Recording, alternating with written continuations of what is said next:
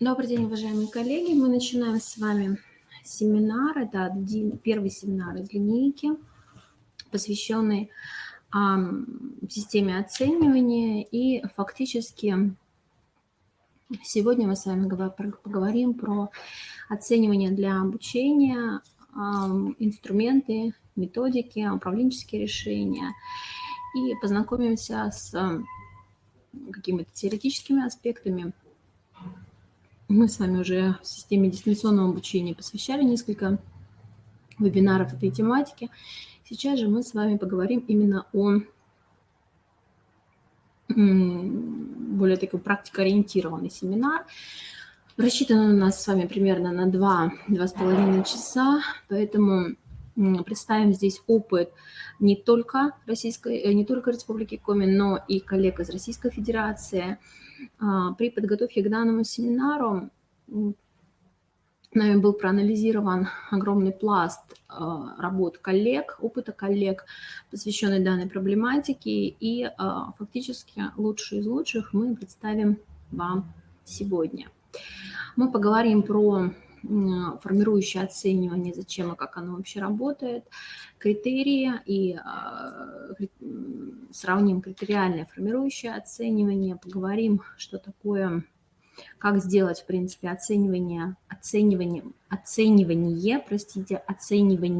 именно для обучения, а не для констатации. И закончим мы, просмотрим опыт коллег, и закончим о рисках, возникающих при принятии и реализации управленческих решений по результатам процедур контроля и оценки качества образования. Чтобы вам было лучше видно, я позволю себе отключить видео меня, а увеличу именно... Так, коллеги, надеюсь, меня слышно и видно. Начнем с АЗОВ, с того, что, собственно, федеральными государственными образовательными стандартами у нас с вами были заложены системные требования к оценочным процедурам.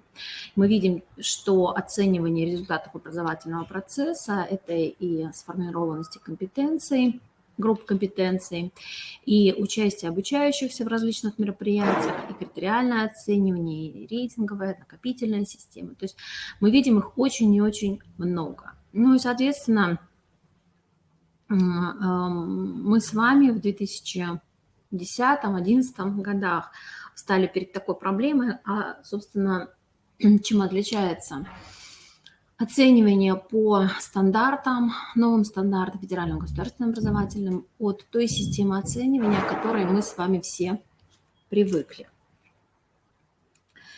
И фактически мы говорим о том, что у любых оценочных процедур, вы видите, определенные есть требования, что это некий обязательный постоянный процесс.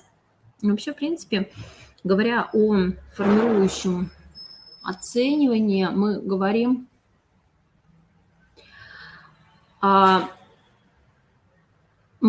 о том, что... Спасибо. О том, что необходимо перестраивать систему оценивания, потому что у нас с вами и дети меняются, и контингент обучающихся несколько изменяется. Поэтому, коллеги, давайте думать. Вообще, продекларированная Джоном Дьюи и реализуемая в разнообразных инновационных формах от новой школы первых десятилетий прошлого века, это такие как Монтессори, Штейнер, Френе, до сегодняшней школы самоопределения, школы парка и так далее, такой вот некий коперниковский переворот в педагогике до сих пор не завершен. Педагогическое сознание уже приняло новые образовательные ценности, поставив в центр образовательного процесса активного и самоорганизующего, наверное, ученика, предложив учителю занять позицию такого вот тьютора, посредника, либо иногда мы еще называем сотрудников его учебной деятельности. И эти трансформации были укоренены и осмыслены настолько, что язык, к сожалению,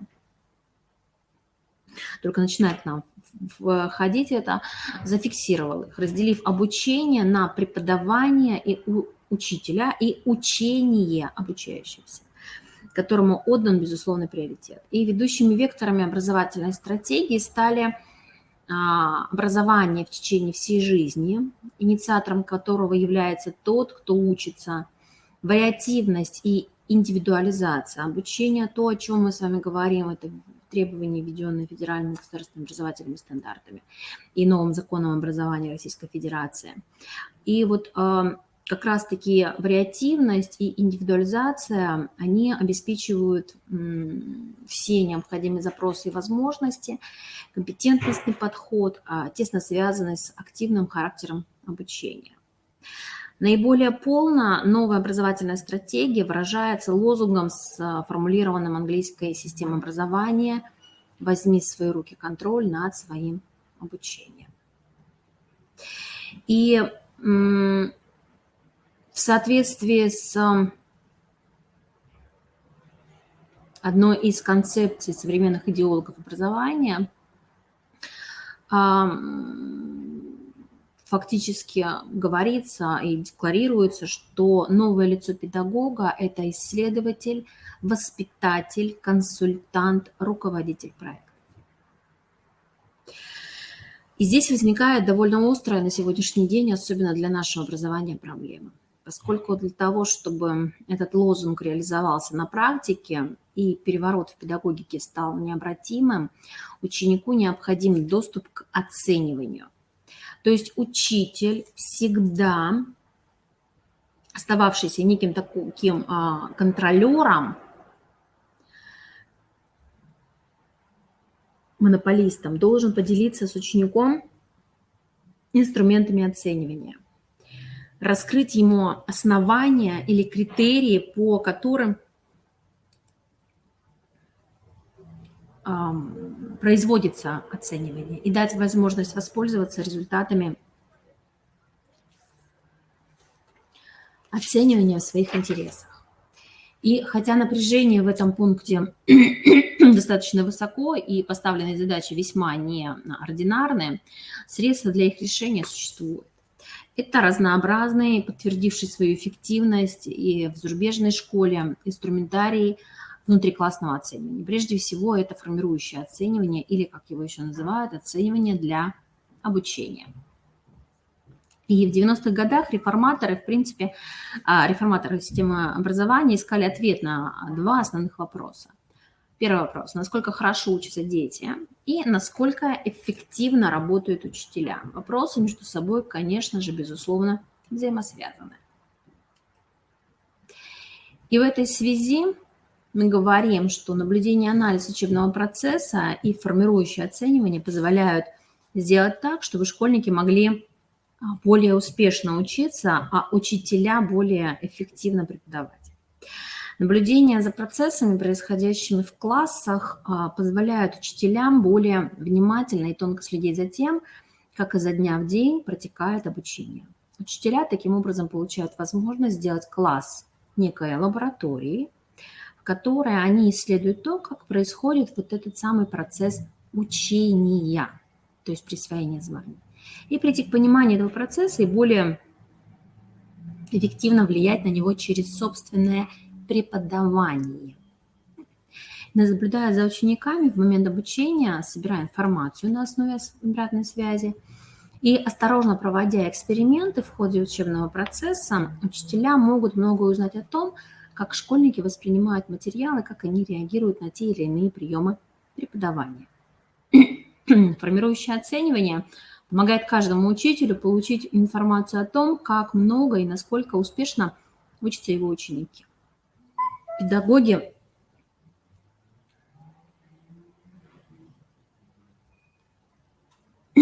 могут на основе полученной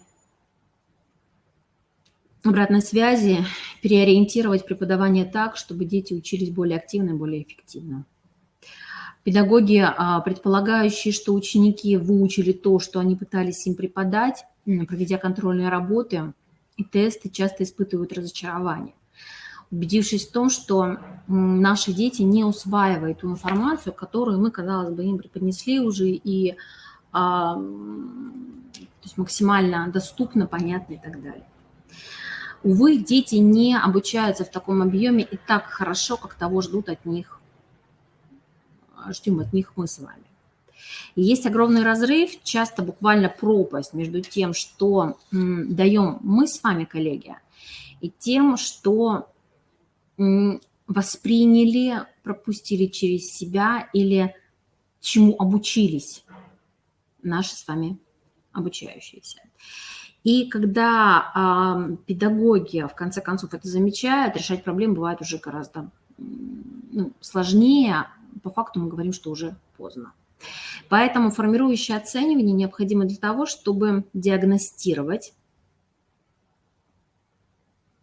как идет процесс обучения на начальной и промежуточной стадиях, а не только на конечной. И если данные окажутся неудовлетворительными, то на основе полученной информации внести в него необходимые изменения по совершенствованию качества учебной деятельности, то есть процесса учения.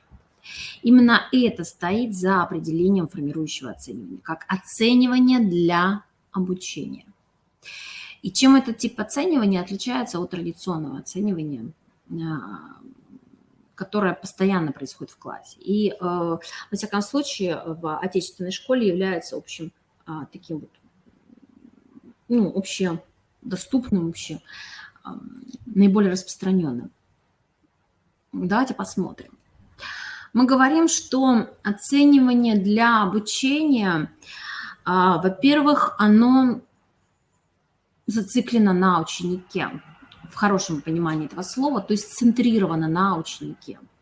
Это оценивание фокусирует внимание учителя и ученика в большей степени на отслеживании и улучшении учения, а не преподавания.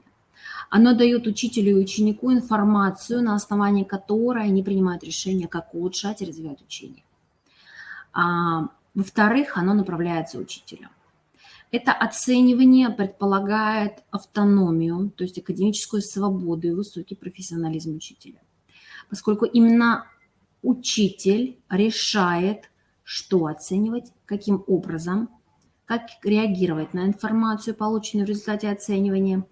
При этом учитель не обязан обсуждать результаты оценивания с кем-либо помимо собственного класса.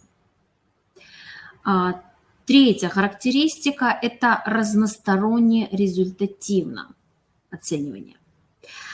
Поскольку оценивание сфокусировано на учении, оно требует активного участия обучающихся. И благодаря соучастию в оценивании ученики глубже погружаются в материал и развивают навыки самооценивания. Кроме того, растет их учебная мотивация, поскольку дети видят заинтересованность преподавателей, стремящихся помочь им стать успешными в учебе. Учителя также работают более концентрированно, ведь они постоянно спрашивают себя, что не получается, как я могу выяснить, научились ли ребята этому, освоили ли они эту тему, как я могу помочь им лучше учиться и так далее. И если мы с вами, отвечая на эти вопросы, работаем в тесном контенте с учениками, то, конечно же, мы совершенствуем свои преподавательские умения и приходим к новому пониманию своей деятельности. Четвертая характеристика оценивания для обучения заключается в том, что он формирует учебный процесс.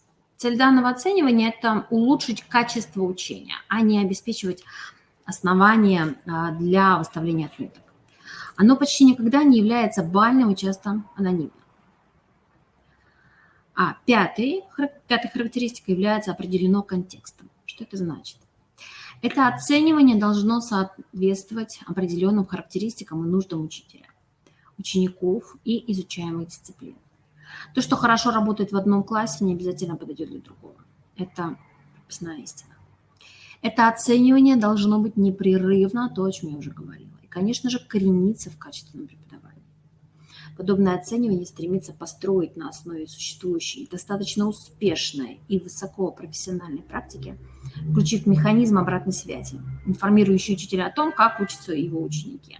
То есть практику еще более систематичную, подвижную, эффективную. Учитель активно задает ученикам вопросы, отвечает на те вопросы, которые возникают у учеников, наблюдает за их поведением, выражением лиц, читает домашние задания, проверяет тесты, то есть постоянно контактирует с детьми. И формирующее оценивание дает возможность естественным образом интегрировать оценивание в традиционные процессы преподавания и учения, происходящие в классе. И просмотрев все эти характеристики, возникает невольный вопрос: неужели мы разве то же самое не происходит вот сейчас? Неужели мы не делаем все те самые шаги, про которые я сейчас вам говорю? Фактически любой учитель в процессе преподавания всегда так или иначе воспринимает вопросы учеников, их комментарии, поведенческие реакции, мимику и отвечает на них. Но суть в том, что он это делает в основном автоматически. И вот этот вот наш с вами автоматический сбор и переработка информации, то есть бессознательный внутренний процесс. Учитель серьезно зависит от своих восприятий, впечатлений, переживаний того, как учатся его ученики. Он делает на этом основании важные суждения, но почти никогда не выносит процесс такого оценивания вовне. Он не ищет подтверждения своих впечатлений, не сравнивает их с тем, как воспринимают процесс собственной учебы сами ученики. Но большая часть их навыков, их выводов, коллег и предположений остаются непроверенными. Мы с вами прекрасно знаем, что любая гипотеза должна быть подтверждена на практике. Даже когда учителя вполне традиционными способами, посредством вопросов, контрольных, домашних заданий, экзаменов, собирают обширную информацию о том, как учатся дети, оказывается, что эта потенциально полезная информация поступает слишком поздно. Она уже не имеет перспективы для учеников, не может действенно повлиять на их учебу. И на практике очень трудно перепрограммировать учеников, которые привыкли думать о том, что они написали в тестах, и за что получили отметки, как о материале, который они прошли и сдали. Поэтому наиболее эффективное время для оценивания и налаживания обратной связи – это период до начала тестовых проверок и экзаменов. И цель подобного оценивания – это создание именно такой ранней обратной связи. Так, подводя некую черту, мы можем сказать в ответе на вопрос, что такое формирующее оценивание и оценивание для обучения. Во-первых, мы говорим о том, что оценивание – это больше, чем маркировка. То есть оценивание – это механизм, обеспечивающий преподавателя информацией, которая ему нужна для того, чтобы совершенствовать процесс, в первую очередь, процесс преподавания, находить наиболее эффективные методы обучения и мотивировать учеников более активно включаться в свое учение. Во-вторых, оценивание – это обратная связь. Оно дает информацию о том, чему ученики обучились и как учатся в данный момент, а также о том, в какой степени учитель реализовал поставленные учебные цели. Это у нас с вами одна из больших проблем, кстати говоря. Но в полную силу возможности оценивания реализуются только если оно используется для того, чтобы дать ученикам обратную связь. То есть, чтобы эта обратная связь сработала на повышение качества учения, как присвоение знаний, необходимо не только определить, на каком уровне ученики должны владеть содержанием курса в его окончании, но и до какой степени они осваивают его по ходу курса. Кроме того, оценивание направляет учение. Написав тест, ученики узнают о том, какого уровня они достигли, пройдя тот или иной курс. Традиционные техники тестирования, как правило, проверяют, знают ли ученики конкретные факты и могут ли решать задачи по определенному алгоритму. Это создает у учеников представление, что именно такой род знаний является наиболее ценным. Коллеги, но в жизни мы прекрасно с вами понимаем, что это не так. В результате школьники привыкают изучать предмет, не достигая глубокого такого понимания основных концептов и законов. И именно таким образом наше оценивание направляет их учение. Это происходит, хотим мы этого или нет. Поэтому если педагоги действительно хотят воздействовать на то, что и как учит ученик, нужно выявить следующее. Во-первых, определить, что, по нашему мнению, он должен извлечь из изучаемого курса.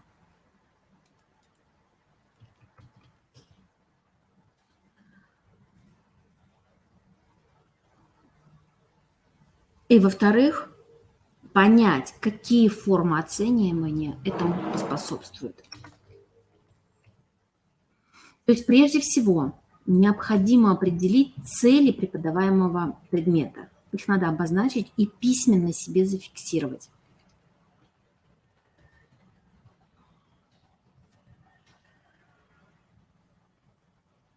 Поскольку изначально оценивание направлено на то, чтобы узнать, в какой степени эти цели достигнуты. Это то, почему мы совершаем оценивание.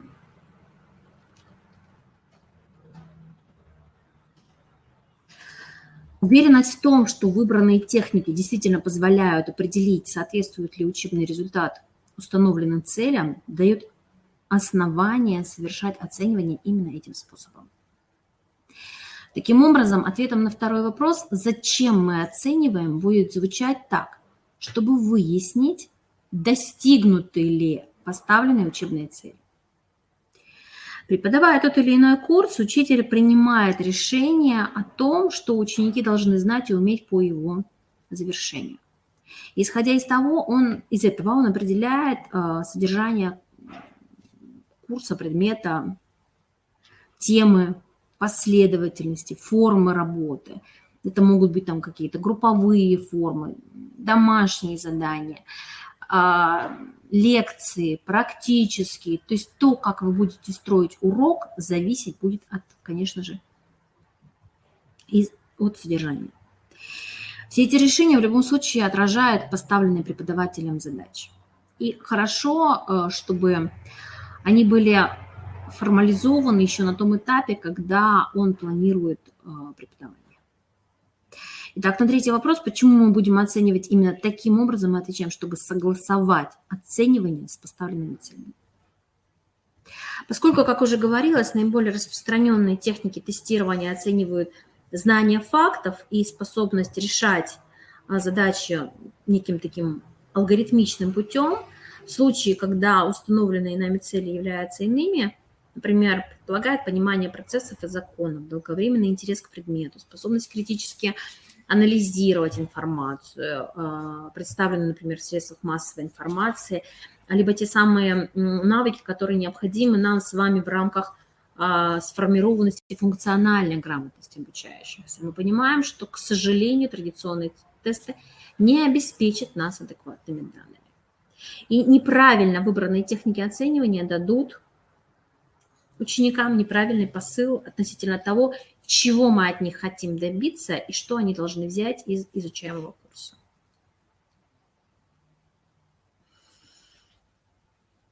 Поэтому, коллеги, сегодня я попыталась проанализировать весь имеющийся материал и, исходя из этого, на опыте наших коллег попытаемся с вами рассмотреть, каким же образом реализуется критериальное оценивание или формирующее оценивание. И разберемся, в чем разница между этими понятиями.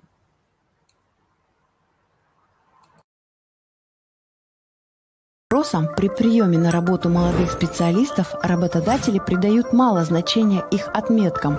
Так зачем вообще нужны оценки? Учителя считают, что они важны для того, чтобы указывать направление ученикам в их процессе обучения. Традиционная пятибалльная система оценивания едва ли справляется с этой функцией. В связи с этим в системе школьного образования вводится критериальное оценивание. В 2014 году член команды «Астана» Pro Team Винченцо Нибали выиграл многодневную велогонку Тур де Франс. Школьное образование в чем-то схоже с велотурниром. В нем можно выделить две стадии. Процесс обучения – это этапы велогонки, а проверка достижений – это подсчет общего времени за все этапы. У каждого ребенка свой темп обучения и любимый вид занятий в школе. Однако все дети дети стремятся к общей цели – получить новые знания. И если в конечном итоге им это удается, имеет ли значение, когда и как они этого добились?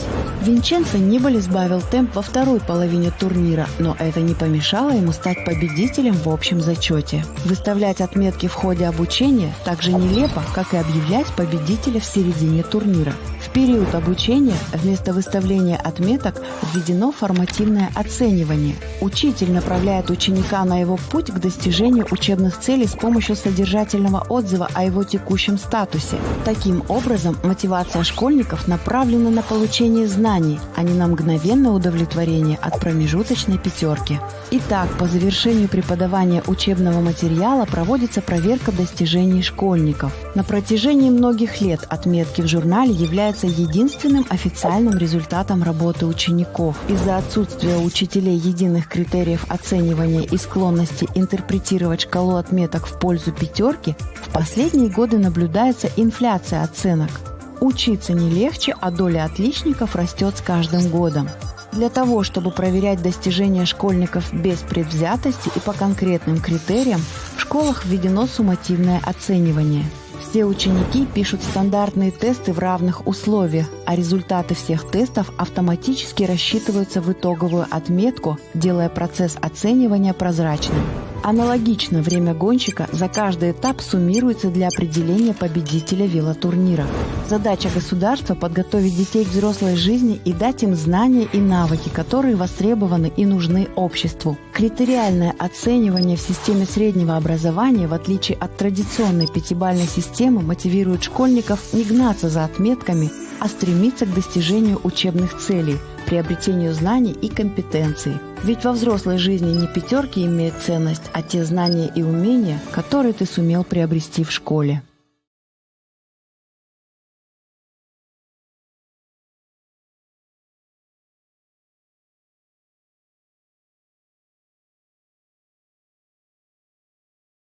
Новая для Казахстана система критериального оценивания будет направлена на развитие учащихся, повышение их интереса и мотивации к обучению.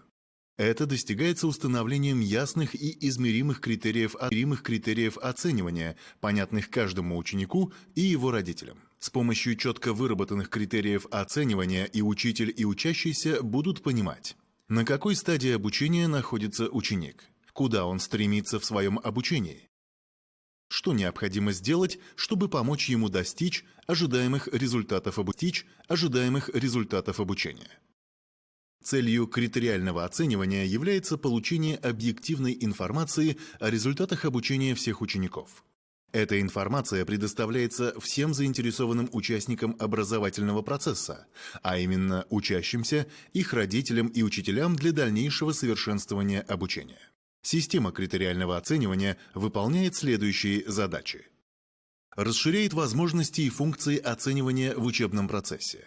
Создает условия для постоянного самосовершенствования обучающихся посредством установления регулярной обратной связи. Содействует формированию единых стандартов, качественных механизмов и инструментов оценивания. Предоставляет объективную, непрерывную и достоверную информацию. Учащимся о качестве их обучения, учителям о прогрессе учеников, родителям о степени достижения результатов обучения, органам управления о качестве предоставляемых образовательных услуг. Таким образом, система критериального оценивания определяет основы для внесения изменений в действующую систему оценивания учеников общеобразовательных школ. Многие системы оценивания без внесения изменений и обновления становятся неактуальными, потому что когда-то систему внедрили, прописали инструкции к этой системе оценивания, и это осталось в том же виде, без изменений. Разработчики системы оценивания и учителя должны принимать тот факт, что система оценивания будет другой через 5 лет. Если это не так, то это неправильно, потому что мир, в котором ученик растет, меняется, и система должна соответствовать этим изменениям. Подготовка к жизни в будущем означает подготовку сегодня, и она отличается от подготовки в 1980-м. Ваша система должна развиваться. Если вы будете делать это своевременно, тогда будет легче принимать последующие изменения. Например, перемены в системе Deutsch 1 происходят с трудом, потому что изменения не вносились давно, и отсюда много возмущений со стороны населения. Постоянно приходится объяснять людям, зачем вносятся изменения. Мой совет – вносите изменения и продолжайте развитие в системе оценивания. Система критериального оценивания включает два вида оценивания – формативное оценивание и суммативное оценивание. Формативное оценивание является неотъемлемой частью процесса обучения. Формативное оценивание может проводиться не только учителем, но и самими учащимися при самооценивании и взаимооценивании. Формативное оценивание обеспечивает непрерывную обратную связь между учеником и учителем без выставления баллов и оценок. При формативном оценивании обучающийся имеет право на ошибку и ее исправление. Это позволяет определить возможности ученика и своевременно корректировать процесс обучения. Суммативное оценивание проводится для предоставления информации о прогрессе обучающихся по завершении разделов в конце четверти и при завершении уровня среднего образования. Предлагаемая система критериального оценивания обеспечена комплексом нормативных и методических документов, информационно-ознакомительных и справочных материалов. В открытом доступе на платформе «Системно-методический комплекс автономной организации образования Назарбаев интеллектуальные школы» размещены информация о системе критериального оценивания, руководство для учителя и координатора. Кроме этого, в рамках обновления содержания образования функционирует консультационная и онлайн-поддержка учителей по вопросам реализации системы критериального оценивания.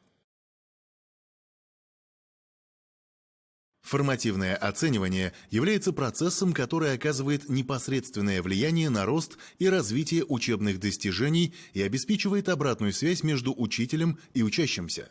Данный процесс предоставляет уникальную возможность обучающимся осмыслить результаты собственной учебной деятельности. Это позволит позиционировать их как создателей своего обучения и повысить ответственность за полученные результаты. Формативное оценивание предполагает три позиции с учетом участников этого процесса: оценивание учителем, самооценивание и взаимооценивание. Многое из того, что должно быть охвачено в формативном оценивании, зависит от оценивания учителем. Поэтому от того, насколько хорошо учитель сможет понять данный вид оценивания, адаптировать, применять и совершенствовать его, зависит успешность обучения детей. Для того, чтобы помочь учителям проводить формативное оценивание, разработаны сборники заданий по формативному оцениванию на казахском и русском языках в разрезе всех классов и предметов. Задания направлены на оказание поддержки учителям в проведении уроков, интегрирующих практику формативного оценивания и предоставление регулярной обратной связи учащимся. Это повысит качество преподавания и обучения учащихся. Разработанные критерии и задания для оценивания должны позволять определять не только уровень знаний, но и способности применять знания и навыки мышления более высокого уровня. В соответствии с критериями учитель и родитель понимают, какая поддержка на каком этапе нужна ученикам. Навыки самооценки важны для каждого человека на протяжении всей жизни. Поэтому в школе необходимо прививать навыки и накапливать у учащихся опыт проведения самооценки. Основное внимание при организации самооценивания учеников уделяется стимулированию навыков саморегуляции и самосовершенствования.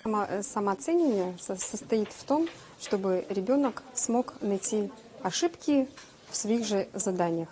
То есть здесь они составляют лестницу успеха, и на лестницу успеха они располагают человечка на том уровне, на котором они себя видят. Самое главное в самооценивании – это ответственность за оценку, которую ребенок поставил себе. Цель проведения самооценивания – проанализировать свое обучение, принять ответственность за свое собственное обучение, выявить пробелы в знаниях и навыках, определить цели для будущего обучения, отслеживать изменения в собственном обучении. Вопросы для самооценивания. Каковы сильные, слабые стороны вашего обучения? Что вы сделали для того, чтобы обучиться, достичь ожидаемых результатов? Что было самым трудным при выполнении заданий? Что бы вы сделали для улучшения вашей работы? Что вы теперь знаете из того, что не знали раньше? Самооценивание учащихся способствует самоанализу сильных и слабых сторон в процессе обучения. Важно научить ученика адекватно определять, что он знает и какими навыками владеет, в чем определяет собственные пробелы, чего в результате желает достичь. Однако существуют случаи, когда самооценка учащихся чрезмерно завышена либо занижена. Это снижает общий положительный эффект от проведения самооценивания на уроках. Учителя могут помочь таким учащимся быть более объективными. Для этого необходимо стимулировать процессы поиска доказательств в самооценивании и обсуждения результатов самооценки, устанавливать стандарты путем демонстрации образцов лучших работ. Взаимооценивание предоставляет множество возможностей для проведения эффективного формативного оценивания. Оно направлено на то, чтобы учащиеся помогали друг другу улучшить свою работу. При этом во взаимооценивании преимущество приобретает не только ученик, который получает обратную связь, но и тот ученик, который ее предоставляет. Практика показывает, что ученики, предоставляющие обратную связь и изучающие работу других учащихся, достигают более высоких результатов обучения. По форме организации формативного оценивания можно выделить формативное оценивание в индивидуальной работе, оценивание в парной работе, формативное оценивание в групповой работе. Для реализации формативного оценивания в индивидуальной работе учителю необходимо систематически наблюдать за деятельностью учащегося и фиксировать промежуточные результаты. При фиксировании результатов следует обращать внимание как на положительные стороны, так и на недостатки работ обучающегося. Следует помнить, что обсуждение результатов индивидуальных работ необходимо проводить непосредственно с обучающимся. Также важным является предоставление возможности обучающимся высказать собственное мнение. При планировании дальнейшей работы с обучающимся следует учитывать его потребности и возможности. Формативное оценивание в парной работе.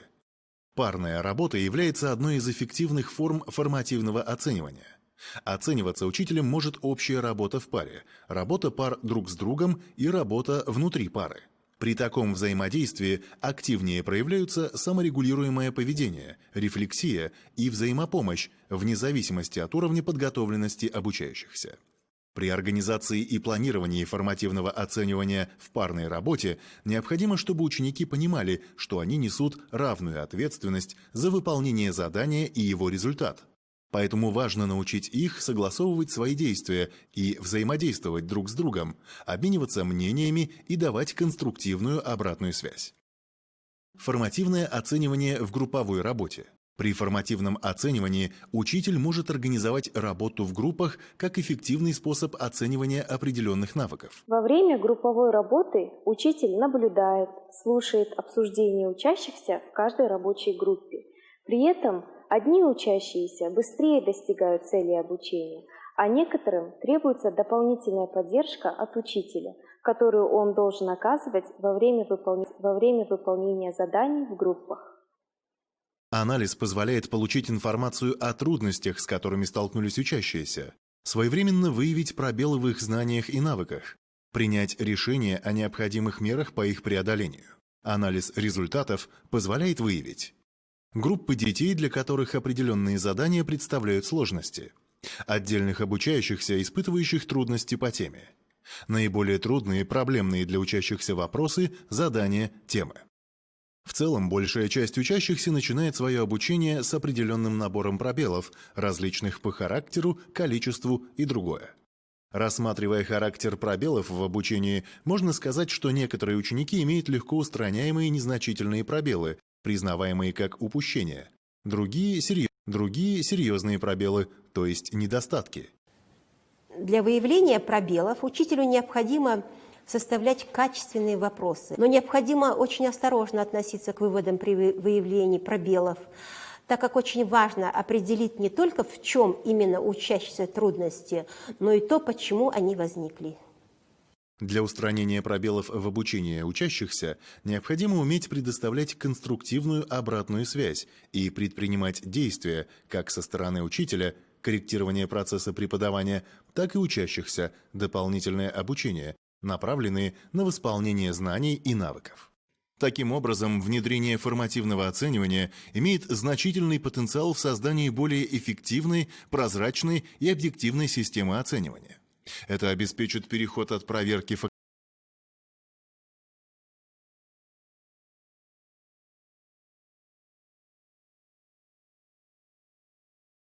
суммативного оценивания не будет стандартизироваться, то есть каждый учитель самостоятельно определяет и несет ответственность за собственную практику формативного оценивания.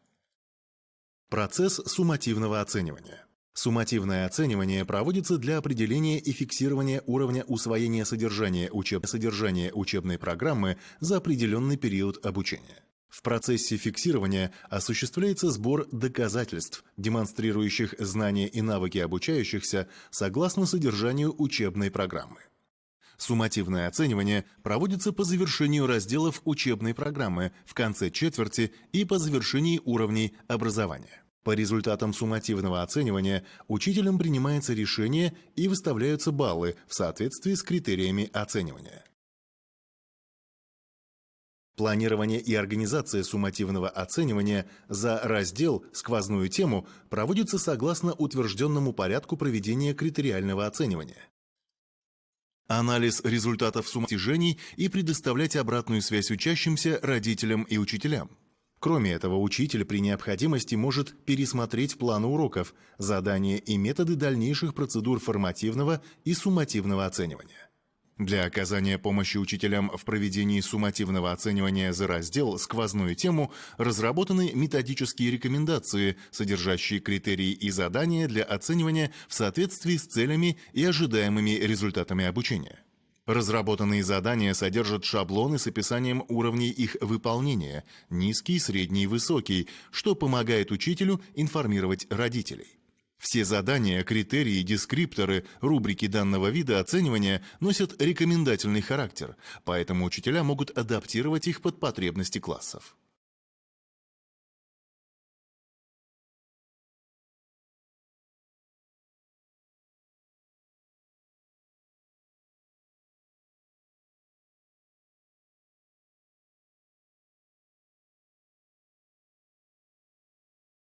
Проводится в конце учебной четверти с выставлением баллов, которые в дальнейшем учитываются при выставлении четвертной оценки. Учитель и обучающиеся могут использовать результаты оценивания для измерения прогресса в обучении. Результаты и обратная связь учителя должны мотивировать к обучению, быть понятными для обучающихся и предоставлять возможность задумываться о своих результатах. Суммативное оценивание за четверть проводится согласно спецификации. Спецификация – документ, который содержит описание и основные требования к проведению суммативной работы, схему выставления баллов. Учителя школ при коллективном обсуждении могут подбирать и разрабатывать задания, вносить изменения. Учитель может использовать результаты суммативного оценивания за четверть для того, чтобы анализировать, насколько эффективно обучающиеся усвоили содержание учебной программы и какие навыки приобрели.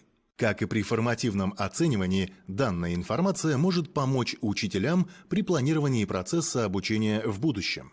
По завершении суммативного оценивания за четверть проводится процесс модерации результатов суммативного оценивания за четверть, который предназначен для обсуждения результатов суммативных работ учеников за четверть для обеспечения объективности и сопоставимости результатов обучения. Результаты суммативного оценивания учащихся в виде баллов регистрируются в электронном журнале.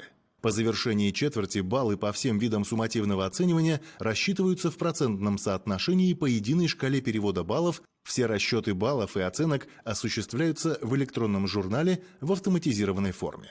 Электронный журнал позволит сократить количество бумажной отчетности и в дистанционной форме поддерживать связь с родителями.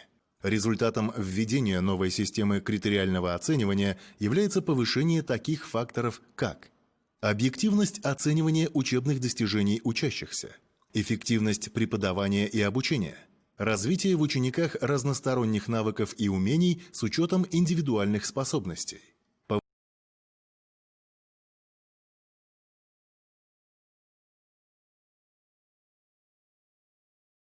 связь учитель-родитель-ученик для выявления качества усвоения учебного материала и особенностей организации учебного процесса.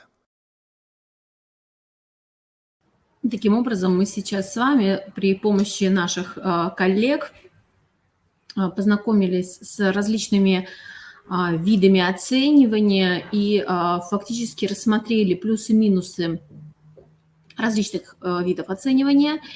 И сейчас я позволю себе поделиться, показать вам, простите, небольшой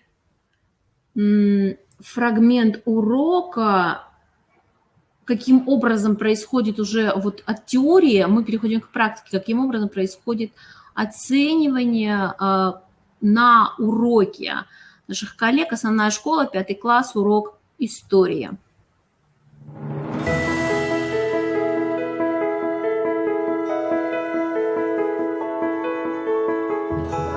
Вообще хотели попасть в Индию очень люди, потому что там климат был таким жарким, влажным, там другие растения, совершенно другое росло, жило. И то, что в Индии было обычным, в Европе это вообще было каким-то особенным, то, что вообще редко встречалось. О, Дим, шикарная мысль.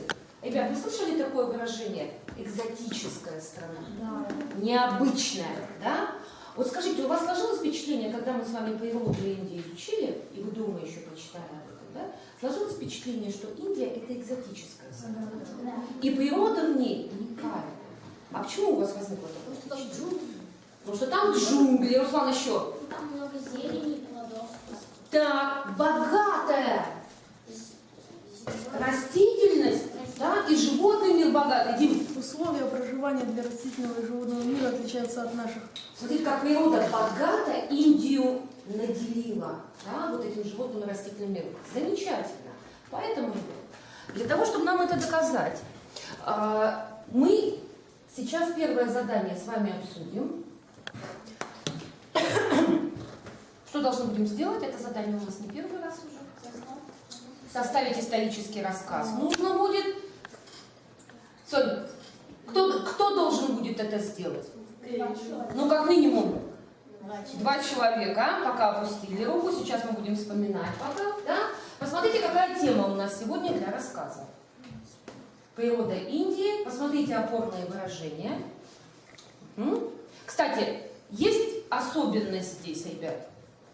Вот есть особенность в том, как я подобрала выражения. Здесь есть исторические термины. Практически нет. Это особенность определенная. Но перед тем, как у нас пойдут ребята за дверочку готовиться, давайте вспоминать и разбираться, как мы будем оценивать. Да? Итак, давайте. Первый пункт. Все понятно, да? По первому пункту все понятно. Я так тоже... Или есть вопросы, ребят? Давайте, если есть вопросы, сейчас обсудим. Илюша. Нет, я думаю, больше 2 человек уже будет немножечко неработоспособно, я так думаю. Критерий входит, что каждый должен пополам, то есть разбить текст прям, чтобы у кого-то было не больше, не меньше. Для выступления. Ну, давайте договариваться. Мы до этого с вами договаривались, что примерно напополам. Оставляем это или будем менять этот критерий? Все-таки, чтобы примерно одинаково, да, Кира? Ну, ученики же могут и поочередно читать. Конечно. И кому-то может предложение предоставить. Я думаю, да. Меньше, а кому-то... А мне кажется, у нас так и делали до этого, да? Давайте так и оставим. Хорошо. Дальше, смотрите. Все опорные слова и словосочетания использованы правильно, в верном историческом значении. Касается вот тем, как бы, да? Ну-ка, Сонь. Вы сейчас дали как бы темы, допустим, не разлива, рис, там, ядовитый, СМИ. То есть это не исторические термины. Нам это критерий подойдет? Давайте подумаем. Нет. Давайте подумаем, ребят, сейчас. Или мы как-то наполнение, смысл его изменим, Настя? Я думаю, что его можно оставить, потому что там же все-таки есть исторические значения. То есть правильный смысл, да, этих слов, Вероника? Опять же таки, может быть, 2 этих человека могут вставить исторические... О, умница, Вероника, смотрите, ребята, давайте еще разочек на этот критерий посмотрим. Те, кто будут составлять рассказ, они могут выходить за рамки тех слов и выражений, которые там есть? Да. Могут, Руслан. Конечно. А как тогда составить полный рассказ? Молодец, Вероника. А может быть, там как раз и исторические термины тогда войдут. Но, смотрите, ребят, еще один... Да, Дима. Мне кажется, тоже я согласен с Вероникой, но по другому поводу, потому что по природным условиям нужно, как жили люди, как развивались города, какая была столица, как скотоводство было, как земля. Да, у нас нет занятий людей. Да, Дим? Да. Помнишь это? Это Смотрите, ребята, допустим, выражение «священные животные». У нас там была фраза такая, да? Священные животные. Нужно правильно, в правильном смысле употребить. Мы вот к этому критерию отнесем тогда это, Миш? Ко второму. Подойдет это? Ребят, как сейчас договоримся, так и будет. Оставляем или убираем второй критерий? Оставляем. Хорошо. Рассказ стройный и логичный. Давайте вспомним, о чем мы договаривались. Есть вступление, хотя бы одна фраза, есть окончание, хотя бы одна фраза, и последовательность, логичность изложения. Берем этот критерий сегодня? Хорошо. Правильность, чистота речи. Ну, мы договаривались, что мы всегда это берем, правда? Замечательно. Ну и последнее, пятое, содержательность, полное глубокое освещение темы.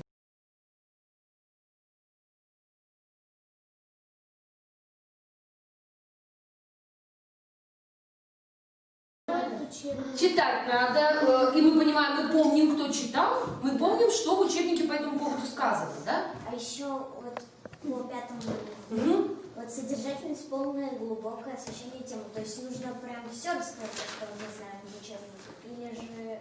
Вот замечательный вопрос задает Вероника. Нам надо полностью все рассказать, вот прямо дословно. Или дать такую характеристику природы Индии, чтобы у нас составилась единая, полная картина. И, может быть, какие-то моменты небольшие будут упущены. Как вам кажется? Все-таки, Настя. Мне кажется, это что нужно, только как самое главное выйдет. Самое важное, и чтобы мы получили полное представление, что природа Индии, как мы с вами сказали, действительно уникальная, действительно экзотическая, действительно богатая, правда? Вот тогда мы скажем, содержательность нам подходит. Она действительно, вот этот критерий соблюли. Так, есть еще какие-то вопросы? Давайте на понимание. Оценку, отметку мы с вами затем, как и в прошлый раз, переведем. Но тот, кто захочет, кому понравится его отметочка, тому мы отметку поставим. Тот, кто сочтет, что ему еще дорабатывать надо, да, на хорошую отметку, тому отметку ставить не будет. Договорились? Потому что здесь мы с вами еще учимся делать такой полный хороший рассказ. Ну что, одни и те же руки каждый раз, которые так желают пробовать себя. Миша хочет попробовать сегодня, Руслан хочет попробовать, Илюша хочет попробовать. Миша и Илья, давайте я вам сегодня поручу это дело. Итак, ребят, список слов и терминов, которых у нас там нет, да, только слова. Нет, учебник нет. А тетрадочку и ручку можно, потому что она вам может пригодиться для того, чтобы записывать там сразу. Пожалуйста, Миша, все. Ребята, у вас будет около 10 минут, хорошо? Поэтому постарайтесь, пожалуйста, так в темпе работать. Илюш, хорошо? За время вернулись. Сейчас, выходите, Миша и Илюша. Значит, смотрите, ребят, списочек у нас вот. А как вам удобно, можно сразу положить. Потом мы вернемся с вами к нашим критериям, да? Но сначала мы держим перед глазами. Итак, настроили?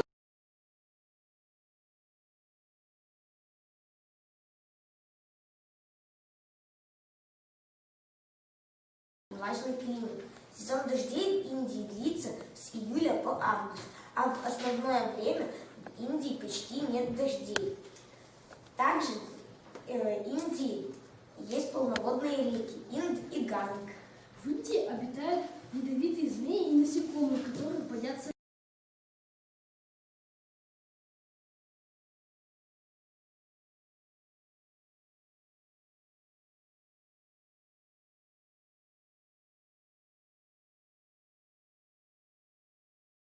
животные львы, леопарды, тигры и так далее. В Индии были приручены первые слоны. Нам еще не дали сигнал. Все? Да. Все. Да. Сейчас, мальчишки. Сейчас нашу шкалу, во-первых, поместим, да? Чтобы нам ее каждый каждый раз с вами не рисовать.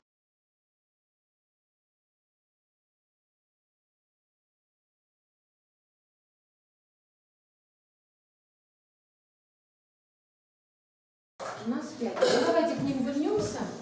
Мне кажется, есть о чем поговорить. И это хорошо, что нам сегодня есть что пообсуждать. Мальчишки, сейчас внимательно слушаем, да? И я вам, знаете, что еще советую? Вы в тетрадочку сейчас пока перенесите вот те наши шкалы. И потом, какие у нас получатся баллы по каждому критерию, вы себе запишите в тетрадочку где-нибудь на полях. Видишь, для будущего. Вам по первому, Настенька. Я думаю, то, что четвертое, я насчет четвертого... Не, Настюш, давай по порядку. Давай сразу по порядку. Представляют рассказ оба ученика? Да, они представляли оба, и у них примерно одинаковые. Да, Настя. Давайте по очереди. Вот сейчас здесь нам же надо понять, это Настина мнение или это наше общее мнение. Итак, представляют рассказ оба ученика. Дима. Да, они представляли оба, и мне кажется, что даже на 10 баллов вот первый. То есть тебе кажется, нужно максимально здесь, максимально, оценить Мне героя? наоборот кажется, что мальчики хоть и представляли вместе, но я говорила немного больше, чем они. Чуть-чуть больше. Ты бы понизила? Где-то На 9 бы опустила могли. Так. Какие еще тогда высказывания, какие еще мысли есть по этому поводу?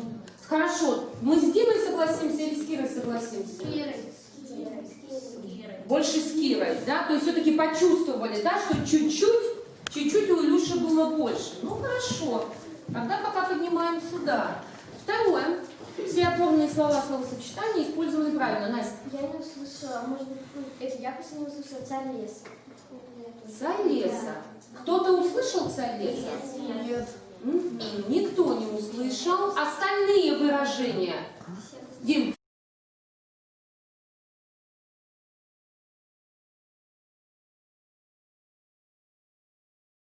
Потому что они тоже дают молоко. Нет, Не, Илюша, это не очень логично. Если дают молоко, значит сразу священные животные. Я не очень понимаю, в чем логика. Так все-таки, тогда, если у нас возникает вопрос, ребят, у вас учебник, пожалуйста, под руками, посмотрите, относились ли козы к священным животным? Это корова. Корова, да, Руслан. Тут же потому что дает молоко. Вот эта коза тоже дает молоко. Нет, Илюш, ну и что? Ну и что? Мы еще многих животных можем назвать млекопитающих, которые тоже могут давать молоко. Мы можем найти и других животных. Но не факт. Не факт. Поэтому Димина замечание принимается. Это правильно. Это правильно. Руслан, еще.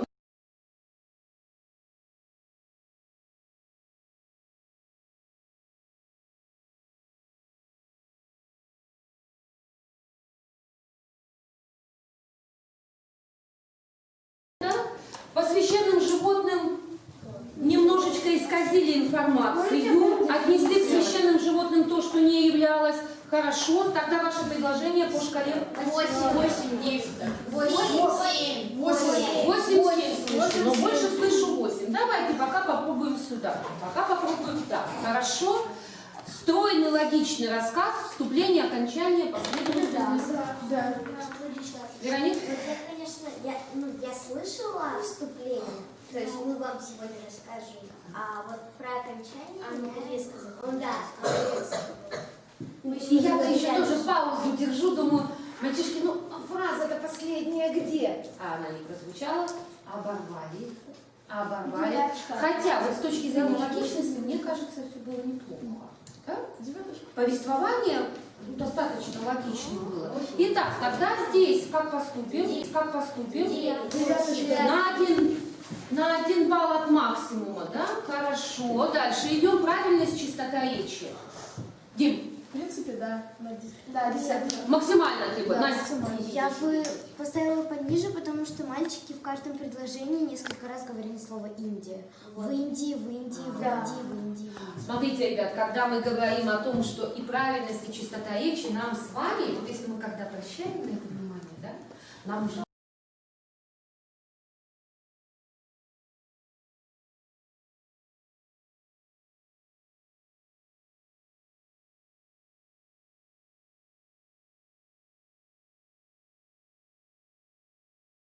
какие-то, а теперь мы уже хотим с вами красивого выступления. Так, ну что тогда будем делать с 4-м критерием? Девяточка. Девяточка. Согласимся? Да. Девяточка. Кто? Нет, пожалуйста, давайте тогда аргументируем. Илюша сам. Илюш, ты смотри. Ну, во-первых, ты можешь оставаться, конечно же, при своем мнении. С другой стороны, Илья, очень важно иногда посмотреть на себя со стороны. Мы же сейчас это делаем. Мне кажется, это здорово для будущего нашего с вами совершенствования. Последняя осталась, ребят. Последняя. Ну, не очень. Настюш, не очень, не ответ, тогда надо объяснить. Чего-то нам не хватило в полноте. Сказали то, что эти животные, может, я не услышал, обитают в джунглях. Я не сильно услышал. Да. То есть про джунгли вообще хотелось бы немножко развернуть мысль, Ну, да? Они сказали, что там тигры где-то живут, не просто обитают, а но они же не могут спустя, по-моему, Давали тему, надо было про каждого, про царь зверей. И они составили буквально по 3 слова про эту... Так, то есть, Соня, придерживались в основном самих опорных слов, не очень уходили в расширение темы, да, не очень расширили ее. Также, опять же, я не услышала, почему, они не сказали, почему, например, считается корова, коза та же, как сказал Илья Священник. Почему там львы, тигры? Так, хорошо. Дима? Я с Ирой согласен, но еще почему-то вот про слона, мне кажется, не полностью развернуто, потому что слон-то там просто... Также в Индии был приручен первый слон. Но вот мне как-то это недостаточно, потому что это священное животное, потому что его обожествляли. И даже Бог был головой Бог, слона, головой конечно. слона.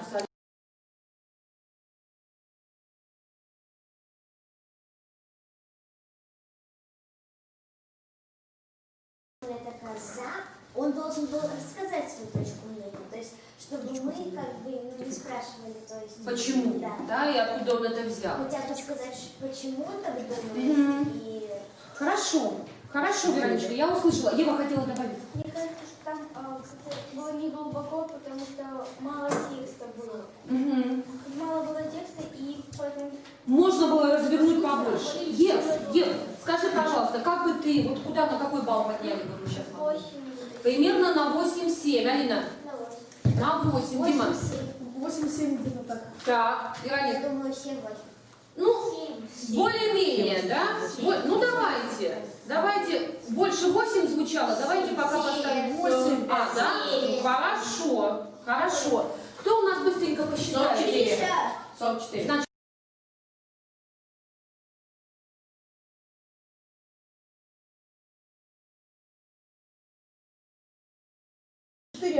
четыре. Нет, мы же сейчас можем просто посчитать. А если у нас получается балл с половиной, вы помните, мы всегда идем в сторону увеличения. У нас получается, что у нас Давай, есть Вероника. это 5А, Так. если 9. Так. А у нас это, если разделить 44 На 5. Так. то То. получается, приблизительно 8. Получается, что у нас тут либо 5С, либо 4А. Вот. Если у нас 8, ребят, да, 5А, 5Б, 5С, тогда 5С. Вот смотрите, это у нас система уже абсолютно понятная, да, 10-бальная. Хорошо. Мальчики, ставим эту отметочку, да. 5С ставим, а она у нас получилась вот по этим баллам. Миша, 5С будем выставлять как отметку. Очень хорошо. Спасибо.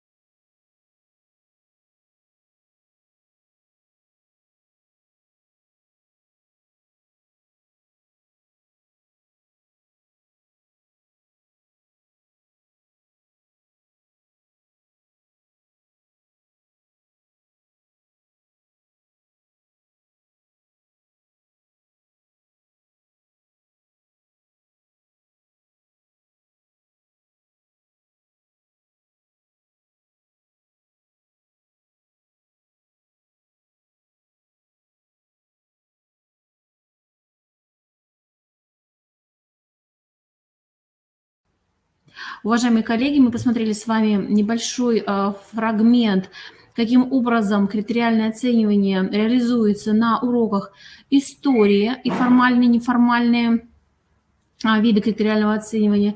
Сейчас я позволю себе показать небольшой мастер-класс по тому, как научить педагогов, то есть нас с вами, этому непростому делу. Пойдем опять к нашим друзьям. Как модератор сетевого сообщества «Критериальное оценивание учебных достижений учащихся». И сегодня для вас мы подготовили небольшой мастер-класс, который называется «Оценивание для обучения». Как вы знаете, оценивание для обучения – это формативное оценивание. Цель нашего мастер-класса, ребята, это создание позитивного настроя молодых учителей на деятельность на зарабатываемой интеллектуальной школе. Также определение рамки личного результата – это обдумывание собственной практики работы, отбор наиболее удачных приемов для оценивания, для обучения. Теперь я бы хотела вас спросить, посмотрите, пожалуйста, внимательно. Выберите себе смайлик, который соответствует именно вашему настроению на данный момент. Пожалуйста. Какой смайлик соответствует вашему настроению? Первый, второй, третий? Второй. Так, хорошо, еще. А первый? Первый есть? Первый кто-то выбрал? А третий выбрал кто-нибудь третий? Вот у меня такое настроение, я вот не хочу сегодня работать. Кто-нибудь выбрал третий? Нет, да? Молодцы, значит, либо первый, либо второй. А теперь, ребята, пожалуйста, я буду к вам обращаться как молодые учителя. Возьмитесь, пожалуйста, каждая группа, возьмите за руки. Это мы будем сидя это делать. Возьмитесь, пожалуйста, за руки. Да? Это называется круг радости. Посмотрите друг на друга. Улыбнитесь друг другу. Пожелайте друг другу сегодня хорошего настроения, хорошей работы нам сегодня. Это называется, ребята, мотивация, это называется у нас с вами круг радости. Хорошо? Молодцы. Давайте перейдем к следующей работе. Глубочайшим свойством человеческой природы является страстное стремление людей быть оцененным по достоинству. Это слова американского философа и психолога Уильяма Джеймса. Перед вами лежит таблица. Знаю, хочу узнать, что я знаю и как я буду изучать. В этой таблице перечислены все те знания, те направления, которые вы должны знать.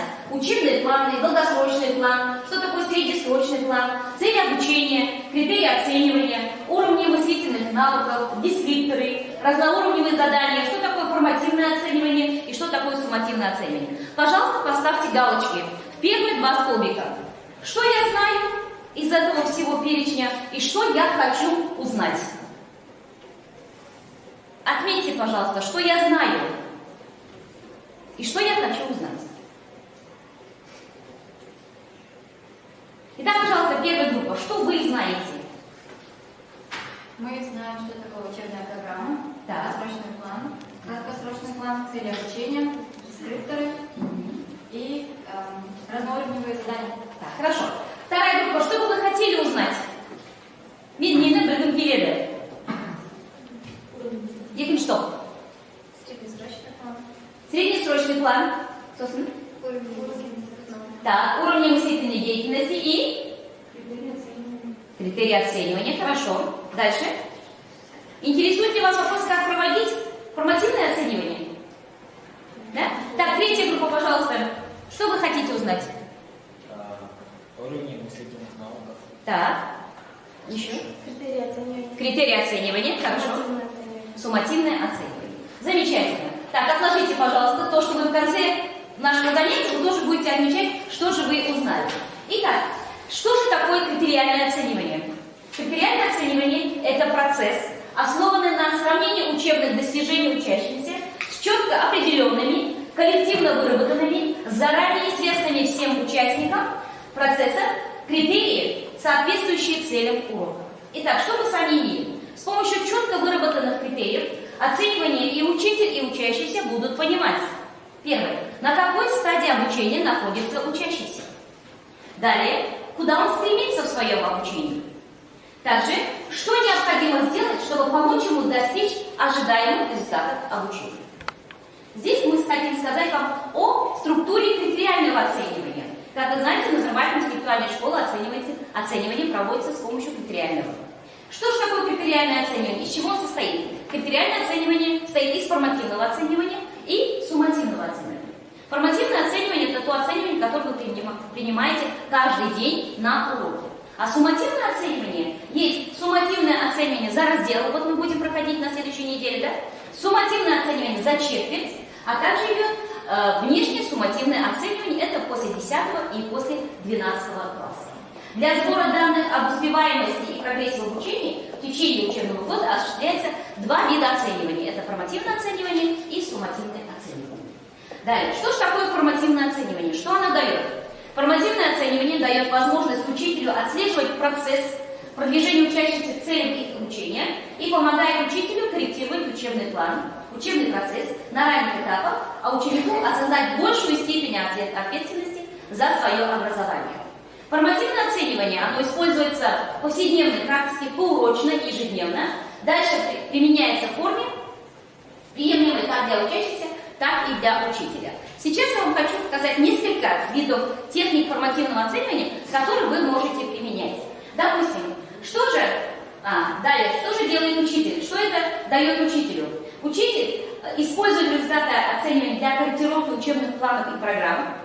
Далее, он использует результаты оценивания для индивидуальной поддерживающей обратной связи и вовлекает учеников в учебный процесс через саморегулирование и совместное построение обучающейся деятельности. Это то, что вам касается. Какие мы с вами знаем техники формативного оценивания? Если вы посмотрите, есть неформальные техники формативного оценивания, а есть формальные. К неформальным относятся различного рода техники, такие как устные вопросы, задачи устных вопросов, ответы, какие-то игры. А формальные это то, что ваш ученик будет писать. Это мини-тесты, это формативные задания, это составление тестовых заданий самим учащимся и так далее. Давайте мы сегодня с вами начнем. Первое. Итак, прием мяч, вопросов и ответов. То есть, что вы делаете? Вы берете мяч, да? И начинаете задавать вопросы. Уровень знаний и понимания. Допустим, математики. Да? Математику я буду спрашивать. Квадрат суммы, пожалуйста. Формулу квадрата суммы. Скажи мне, пожалуйста, Босу, формулу квадрата суммы. А квадрат плюс 2 квадрат. Так, все, ты ответил. Теперь ты можешь бросить мяч кому-нибудь. Встань, пожалуйста. Брось мяч кому-нибудь и задай вопрос. Любой вопрос. Быстренько. Любой вопрос. Любой вопрос. Из жизни, из математики, из всего что угодно. Что изучает география? Что изучает география? Быстренько. Что изучает география? География изучает страны. Страны. Хорошо, давай перекидывай. Кому ты хочешь мяч перекидывать? Вставай, перекидывай. Так. Я хочу перекинуть Мади. Да. Вопрос. Что такое оперативная память? Да. Матвей, можешь не отвечать. Уже суть понятна, да, как это работает техника? Для чего она? Знание и понимание. То есть вы прошли тему, теперь ваши дети должны ответить на вопрос, что они знают и что они поняли по этой теме. Суть понятна? Да. Следующий этап. Найди квадрат. Откройте, пожалуйста, второй. Это тоже формула сокращенного умножения. Для чего это делается? Здесь критерий оценивания знает формулу сокращенного умножения. Да? Он ищет пару, знает формулу сокращенного умножения и начинается работа. Здесь вы можете дать ребятам индивидуальную работу. У нас здесь сидят не только учителя математики, но и учителя у нас сидят английского языка, информатики, поэтому у нас работа будет идти вот таким вот образом. Суть понятна? Потом вы можете собрать это ваше формативное оценивание и за каждую правильную формулу вы можете дать 1 балл. Хорошо. Следующее задание, которое называется «Лови ошибку». Лови ошибку. Следующее задание. Здесь совершенствование навыков критического мышления. То есть, как это работает?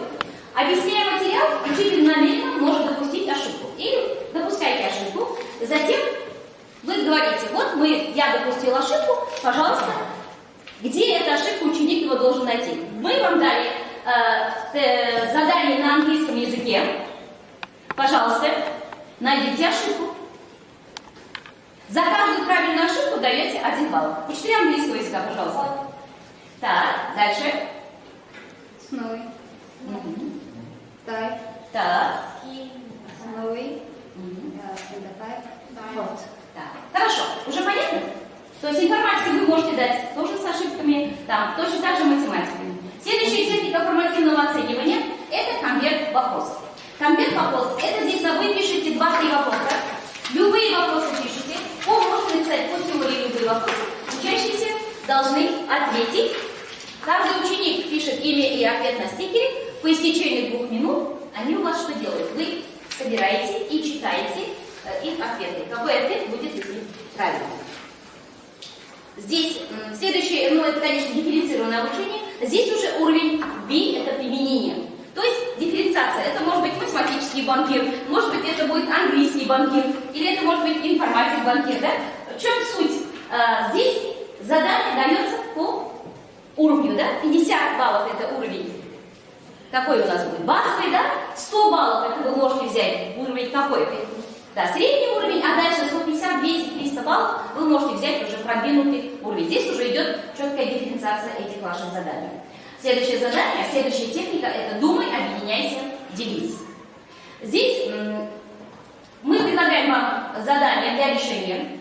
Далее вы каждый думаете самостоятельно, индивидуально, а потом вы объединяетесь и начинаете работать вместе. Уровень – это B, применение. Пожалуйста, здесь у вас есть задание. Там мы для вас подготовили задание про яблоко. Посмотрите, пожалуйста, про яблоко задание. Прочитайте его, это задание. Прочитайте, обсудите это задание.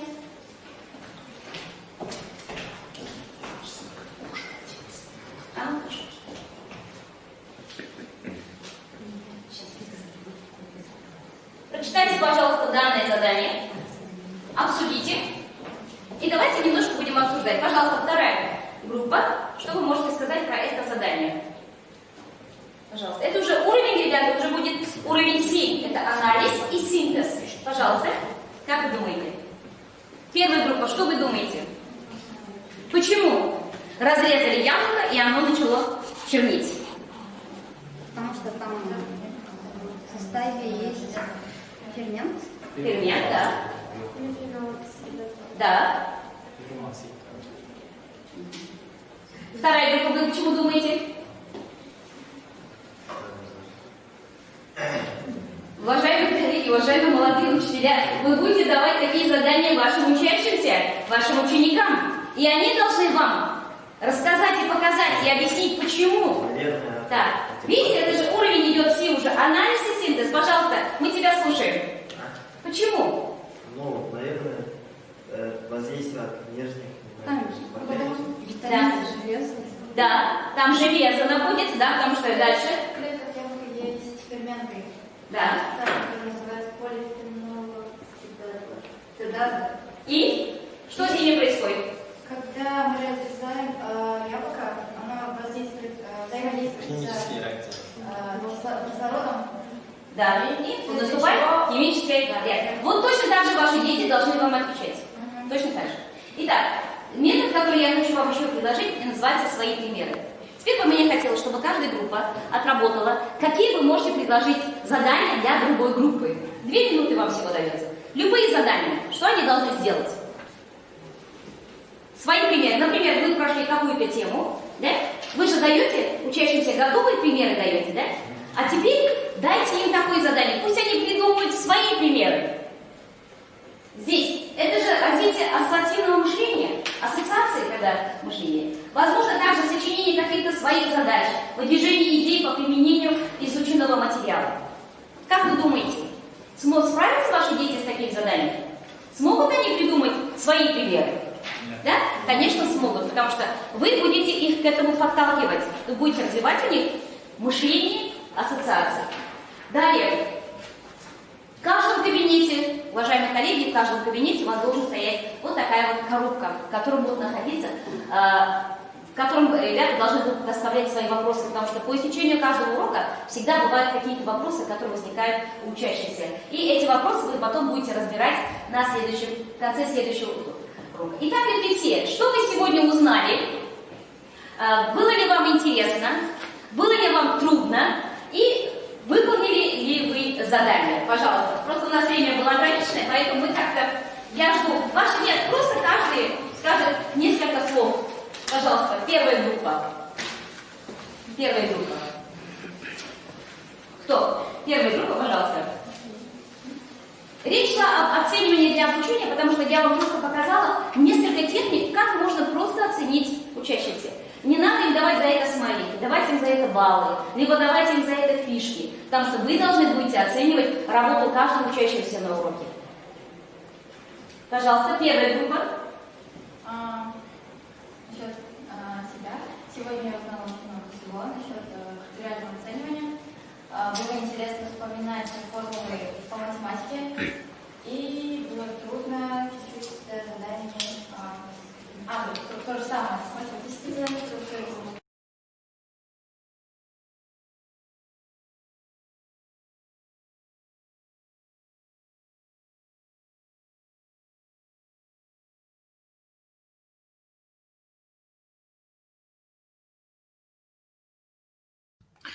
Здесь уже начинается элемент рефлексии, но, коллеги, в любом случае мастер-класс, мне кажется, очень поучительный, многому нас с вами научил, и в этой связи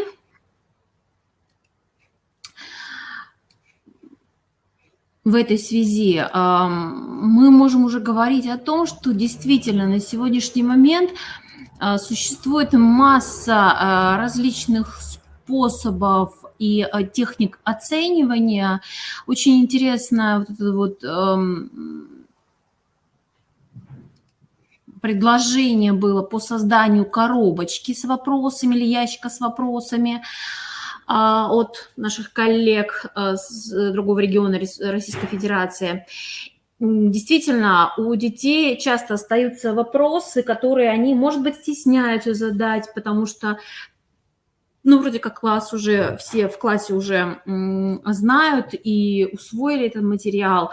Может быть, еще какие-то возникают сложности. А здесь вот эта коробочка анонимных вопросов, и вы будете знать, какие проблемы у детей возникают. И аналогично про систему оценивания.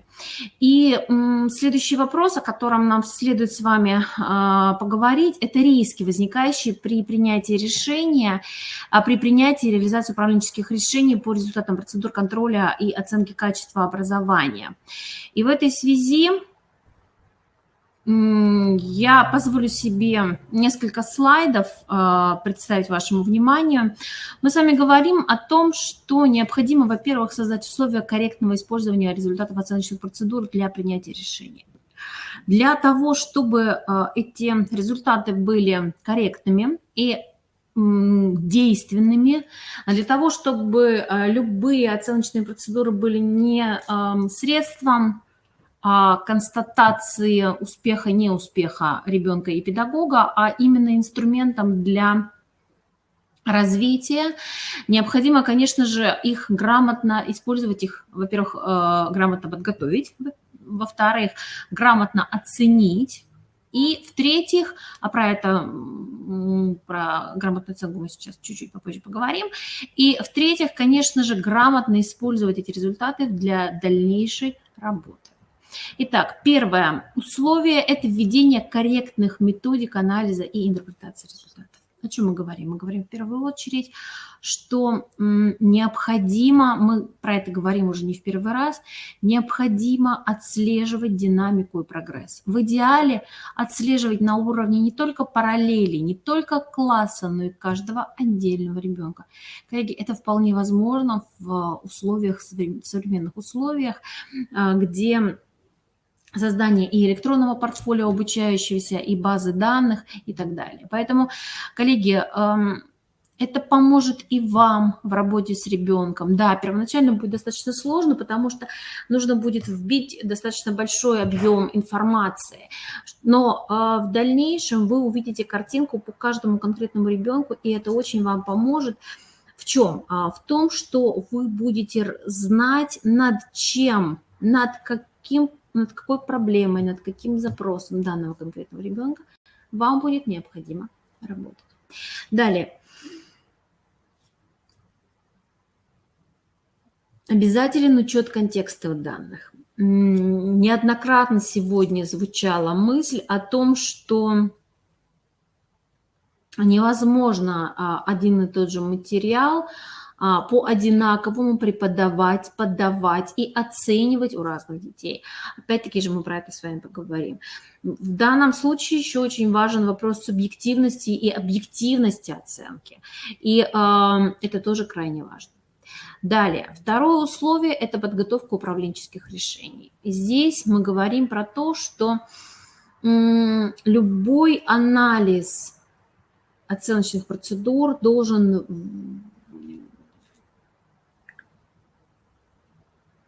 включать в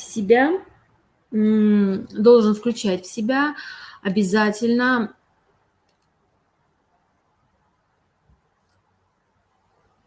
предложение неких управленческих решений. И, конечно же, в данном случае мы говорим о том, что важно разрабатывать несколько вариантов, потому что дети разные, мы с вами все разные. При этом в любых предложениях, в любых решениях обязательно необходимо прописывать сильные и слабые стороны, необходимо учитывать риски, необходимо учитывать сложности, которые могут возникать в результате принятия тех либо иных управленческих решений. Третье условие – это интерпретация результатов оценки под запросы потребителей. Выявляем запросы, подготавливаем целевые информационные продукты и как раз-таки о чем мы говорим, что для грамотной оценки итогов процедур различных необходимо использовать, в том числе и необходимо, можно, нужно и важно использовать различные инструментарии. Далее инструментарии, риски, выявленные в ходе организации проведения и региональных мониторингов, но когда мы говорим, я буду говорить на уровне региона, все данные, все мои слова можно рассматривать еще и на уровне, можно и нужно рассматривать на уровне еще и каждой отдельной образовательной организации. Первый, вы можете с первым постулатом не согласиться, недостаточно профессионализм разработчиков инструментария и технологий, но, коллеги, мы все с вами прекрасно понимаем, что в ряде случаев наши с вами контрольно-оценочные, контрольно-измерительные материалы и контрольно-оценочные материалы, бывают случаи, когда коллеги берут их, не задумываясь, не адаптируя абсолютно из сети интернет. Не адаптируя ни под тему, ни под классы, ни под конкретные запросы ваших оценочных процедур. Поэтому мы можем говорить, что один из рисков, выявленных в ходе, это как раз-таки недостаток профессионализма. Второй – это недостаточное инструктивно-методическое сопровождение. Мы говорим, что в идеале оценочные процедуры должны быть понятны и открыты для обучающихся.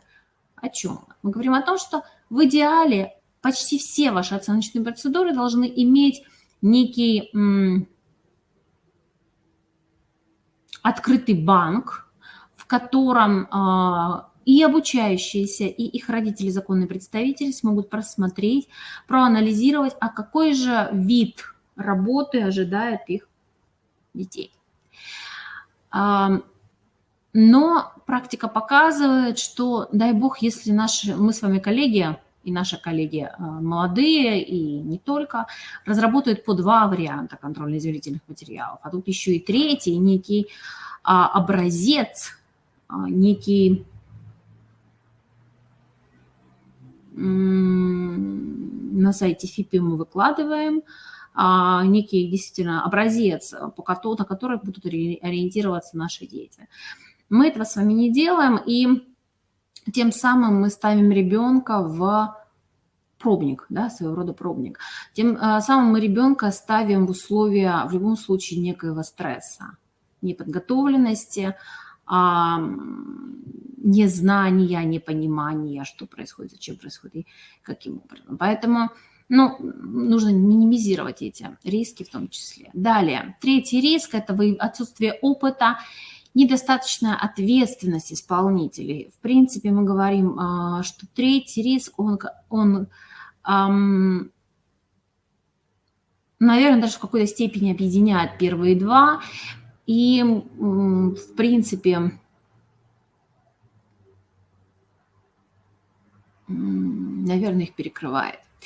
Ошибки при заполнении баз данных – это если вы их ведете, но и человеческий фактор никто, конечно же, не отменял. Самое страшное, и мы неоднократно с этим сталкивались, к сожалению, когда наши коллеги, непрофессионалы, пользуясь доступными в сети, в открытом доступе контрольно-измерительными материалами, не проверяя правильность, полностью положившись на представленные материалы, производят оценку у своих обучающихся и выставляют в соответствии с этими правильными ответами, правильными в кавычках, ответами отметки обучающимся. А вы прекрасно понимаете, что в открытом доступе есть ведь не только проверенная информация. И было много случаев зафиксированных, в том числе и в моей практике, когда коллеги, не проверив сведения, выставляли детям несоответствующие отметки. Ну, то есть элементарно контрольная работа, которая была выложена, например, в сети интернет, наш педагог ее скачал, дал детям, ответы были даны неверные, и дети фактически получили незаслуженные отметки. И когда мы начинали разбираться, перепроверять, коллегам показывали, что элементарно здесь должен быть другой ответ, и ребенок-то ответил правильно, почему вы ему не засчитали, а коллеги нам показывают, вот смотрите, вот у нас правильные ответы. Далее, несовпадение результатов внутришкольного и внешнего оценивания – это то, о чем мы с вами говорим неоднократно в рамках ведения мониторинга функциональной грамотности обучающихся, в рамках проведения внешних оценочных процедур. Это государственная итоговая аттестация, это НИКО, это ВПР, это республиканские проверочные работы. Мы говорим о том, что наши с вами контрольно-измерительные материалы должны быть приведены в соответствие с внешними оценочными процедурами. Но, к сожалению, в ряде случаев мы встречаем все те же самые тесты, от которых весь мир уже ушел. Мы встречаем абсолютно однообразные задания, которые проверяют только знаниевый компонент, не затрагивая никоим образом проверку компетентности абсолютно никаких. И поэтому действительно, к сожалению, на сегодняшний день, анализируя сайты образовательных организаций Республики Коми, мы можем констатировать, что есть такие образовательные организации, которые контрольно-измерительные материалы которых не соответствуют современным требованиям системы образования. Поэтому, коллеги, пересмотрите, пожалуйста. Очень хочется надеяться на то, что в практике коллеги используют правильные, современные, актуальные данные, просто не обновилась информация на сайте. Очень хочется в это верить, но, к сожалению, пока так. Какие бывают риски при реализации управленческих решений? Во-первых, вы видите, что здесь 4 группы рисков. Первое – это недоверие к результатам. То есть можем ли мы принимать эффективные управленческие решения? Мы прекрасно знаем, что есть различные варианты оценочных процедур. Мы прекрасно знаем, что есть оценочные процедуры, и вы, как учителя-предметники, и ваши и управленцы, в первую очередь, конечно же, да, прекрасно понимаете, что есть разные педагоги, есть разные классы, есть разные дети, и есть разные подходы к системе оценивания. Это, кстати, тоже одна из проблем, о которой мы чуть позже поговорим. О том, что система оценивания разная, критерии оценивания, закрытость вот этих самых критериев, с чего я начинала, приводит к тому, что дети не понимают, как их оценивают, где их оценивают, и каким образом, и, собственно, почему на разных предметах их оценивают по-разному. Требования предъявляют разные. Далее. Отсутствие понимания причин, препятствующих улучшению результатов. То есть как преодолеть выявленные проблемы. Провели с вами оценивания. Мы выявили проблемы, мы прописали некие управленческие решения, мы предприняли шаги по выполнению этих самых управленческих решений, но почему-то, как говорит русская пословица, авось и ныне там. То есть ничего в системе не изменилось, и мы не понимаем, а что же мы делаем не так. И вот тут таки, опять-таки же мы говорим о том, что это проблема фиксирующего оценивания. Почему мы говорим, что должно быть формирующее оценивание, где мы с вами постепенно выявляем проблемы, несформированности тех либо иных знаний, навыков, компетенций обучающихся, и можем в процессе обучения скорректировать, направить ребенка, улучшив его тем самым предметные показатели, предметные результаты, метапредметные результаты.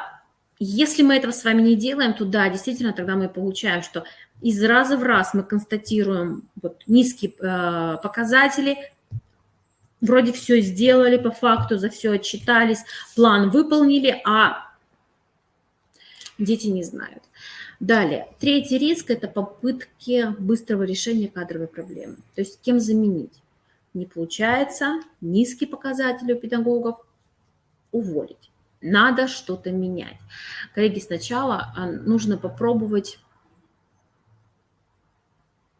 переобучить те кадры, которые у вас уже есть. Курсы повышения квалификации, обучающие семинары, вебинары. В идеале, если это практикоориентированные семинары. То есть когда не вот как мы сейчас с вами общаемся в режиме онлайн в связи со сложившейся ситуацией, а когда вы приезжаете на базу института, и мы здесь прорабатываем, как вот, например, вы смотрели мастер-класс, вот таким образом, чтобы коллеги, погрузившись в эту среду, поняли, где, на каком этапе они совершают, может быть, какие-то ошибки, недочеты, и могли двигаться дальше. И, конечно же, еще один риск – это отсутствие обратной связи по исполнению принятых решений. То есть каковы последствия решений, для чего мы их принимаем и правильно ли мы их принимаем. То же самое, как и с детьми в ситуации оценивания. Ну, вы увидите, что еще один риск – это, собственно, отсутствие системного анализа факторов, влияющих на образовательные результаты.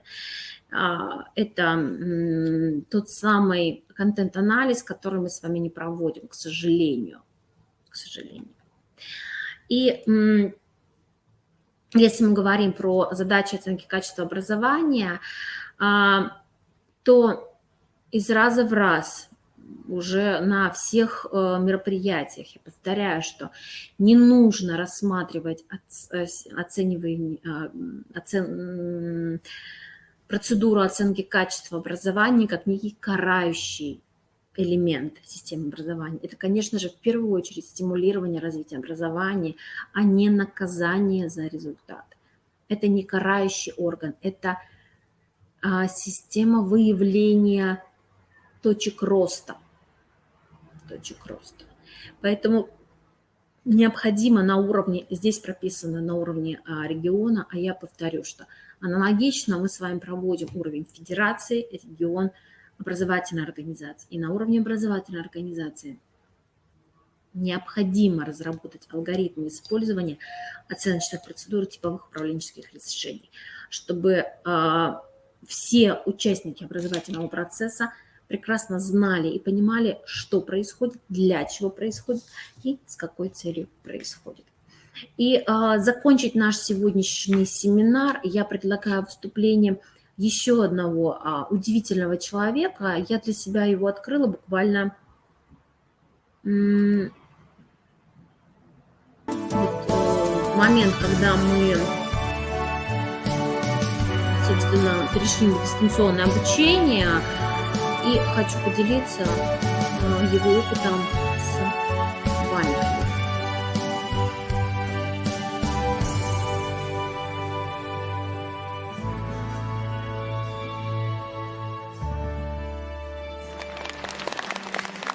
Здравствуйте.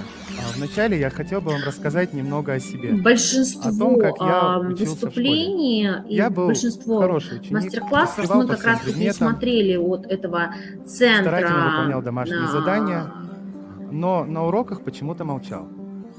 Почему молчал? Потому что я боялся, что мой ответ неправильно воспримут мои одноклассники.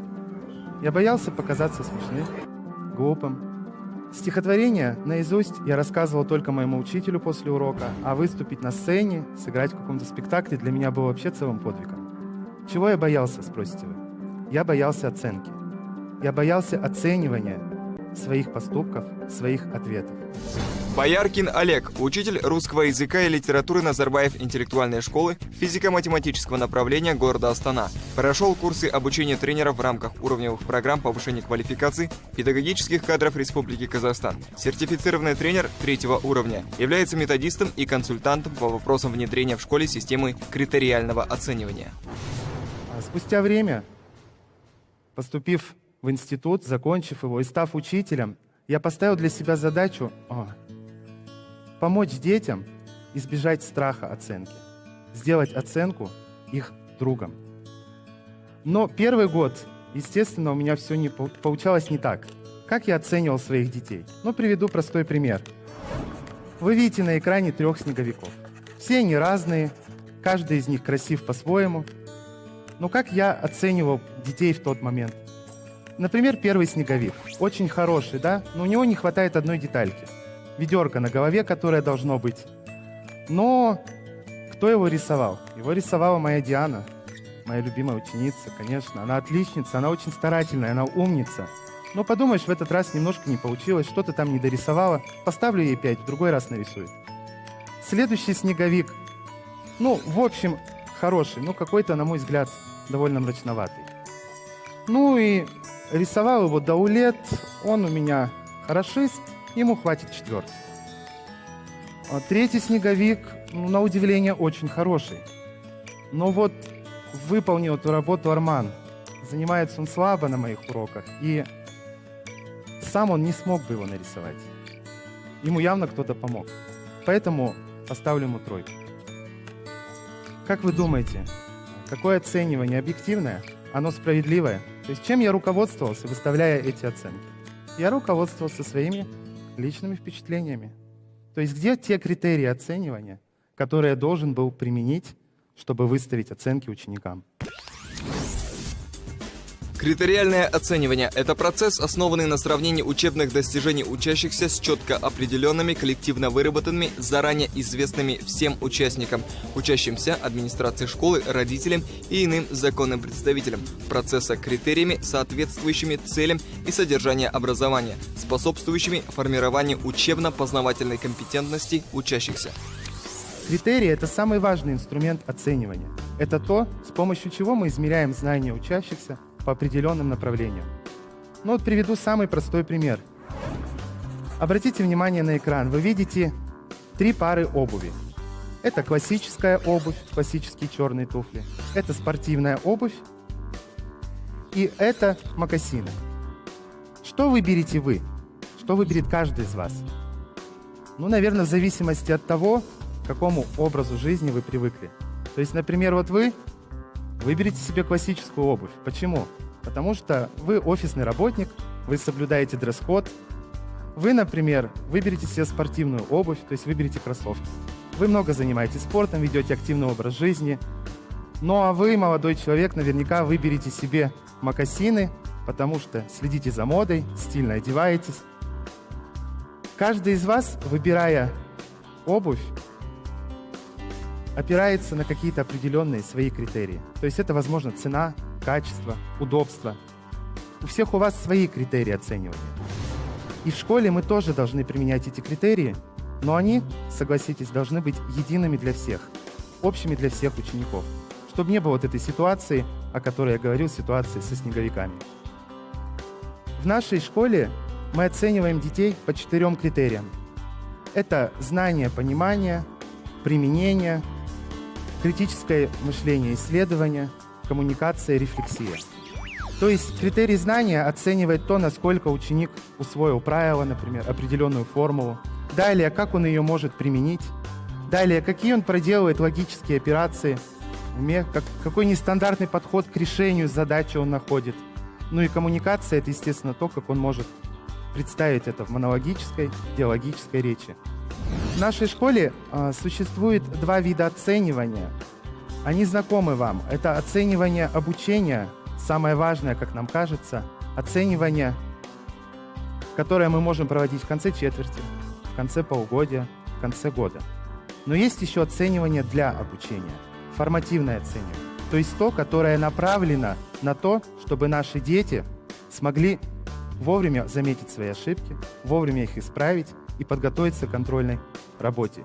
Именно это оценивание помогает детям преодолеть страх оценки.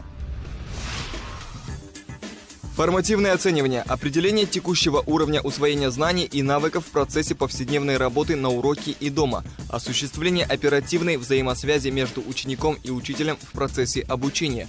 Оно позволяет учащимся понимать, насколько правильно они выполняют задания в период изучения нового материала и достигают целей и задач обучения. Суммативное оценивание – определение уровня сформированности знаний и учебных навыков при завершении изучения блока учебной информации или уровня обучения. Самый простой пример формативного и суммативного оценивания. Вы видите на экране хлеб, каравай, свежий, только что испеченный. Мы можем попробовать его на вкус, мы можем узнать, что он мягкий, что он зажаристый, что он ароматно пахнет. То есть мы даем ему оценку сейчас, в данный момент, суммативную, итоговую оценку. А вот те шаги, которые нужно предпринять, чтобы испечь этот каравай, то есть посадить пшеницу, чтобы она взошла, собрать ее, перемолоть муку, намесить тесто, испечь каравай. То есть вот эти маленькие шаги и будут тем формативным оцениванием, которое вы будете применять на своих уроках. Важны ли эти шаги? Конечно. Можем ли мы измерить эти шаги? Да, можем. Мы можем посмотреть, например, насколько выросла пшеница. Можем ли мы изменить этот шаг и что-то сделать лучше? Да, можем. Если хлеб у нас пригорел в один раз, в следующий раз мы его поставим в другую форму для запекания, уменьшим температуру, и хлеб получится. То есть вот эти шажочки – самое важное, что есть в нашем оценивании. Формативное оценивание или оценивание для обучения опирается на 4 важных фактора. Во-первых, это ожидаемые результаты. То есть в начале каждой четверти все учителя раздают ученикам те цели, задачи, которые они ставят перед ними, те ожидаемые результаты, к которым они должны прийти. В течение четверти из урока в урок, из шага в шаг ученики отрабатывают эти результаты. Далее обратная связь. То есть после каждой выполненной работы, после решенной задачи, после упражнения, учитель дает комментарий ученику, устно, либо письменно, желательно в виде похвалы, поощрения. То есть вот у тебя сейчас на данный момент получилось что-то. Вот, например, ты решил первое действие. Пусть ты не решил всю задачу, но хотя бы ты освоил первое действие. Далее, третий немаловажный факт – это степень вовлеченности ученика в процесс обучения. Давно известно, что не нужно давать ученику знания в готовом виде. Нужно стараться направлять его. То есть дать ту информацию, которая будет необходима ему для дальнейшей работы. Чтобы он смог ее преобразовать, что-то изменить, почитать что-то дополнительное и создать конечный продукт. И последнее, самое важное, это разработка критериев. Конечно, в идеале разработка критериев должна быть совместна вместе с учениками. То есть, когда мы даем готовые критерии, это хорошо. Но опять же, это то, что мы ожидаем от них. Возможно, они видят по-своему эту работу. Пример суммативного и формативного оценивания можно показать на моих уроках литературы, когда мы ставили с детьми спектакль по произведению «Ромео и Джульетта». Вот сам спектакль – это была контрольная, четвертная работа, суммативная. А вот то, как мы к нему готовились из этапа в этап, это и было наше формативное оценивание. Как оно происходило? Для начала, естественно, все дети прочитали произведение, и мы стали готовить сценарий. Для этого выбирая из него самые важные сцены. Это был наш первый шаг.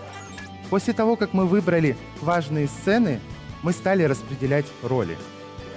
Поначалу многие девочки захотели играть Джульетту. Ромео не было ни одного. То есть там одного мальчика упорно все заставляли играть. Он стеснялся. То есть что мы сделали с ними? Мы стали проводить кастинг.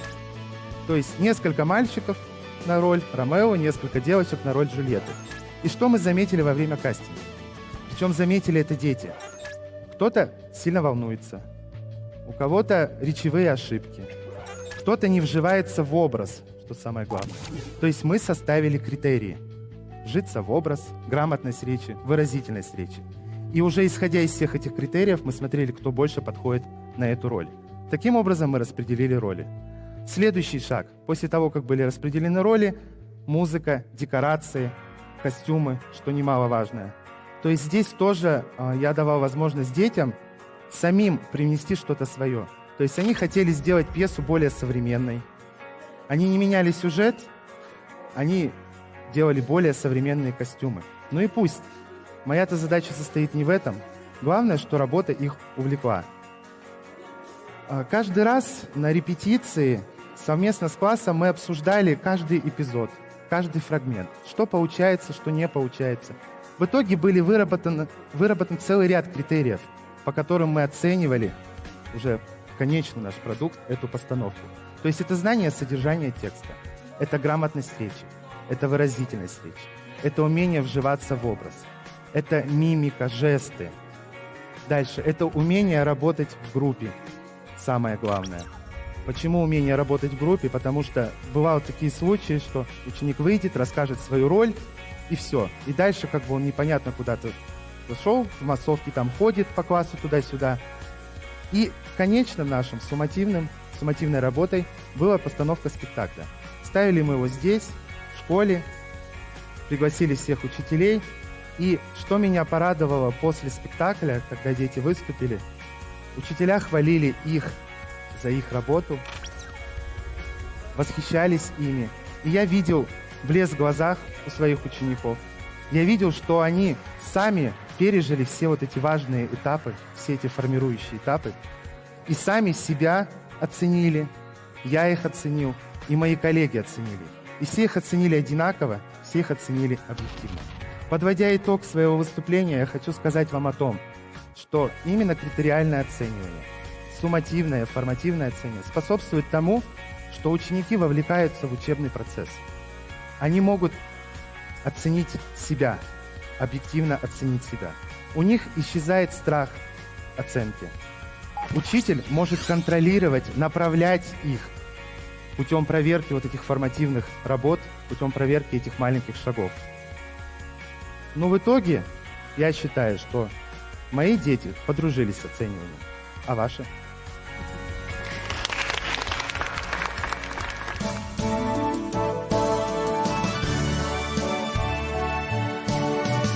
В итоге я считаю, что мои дети подружились с оцениванием, а ваши?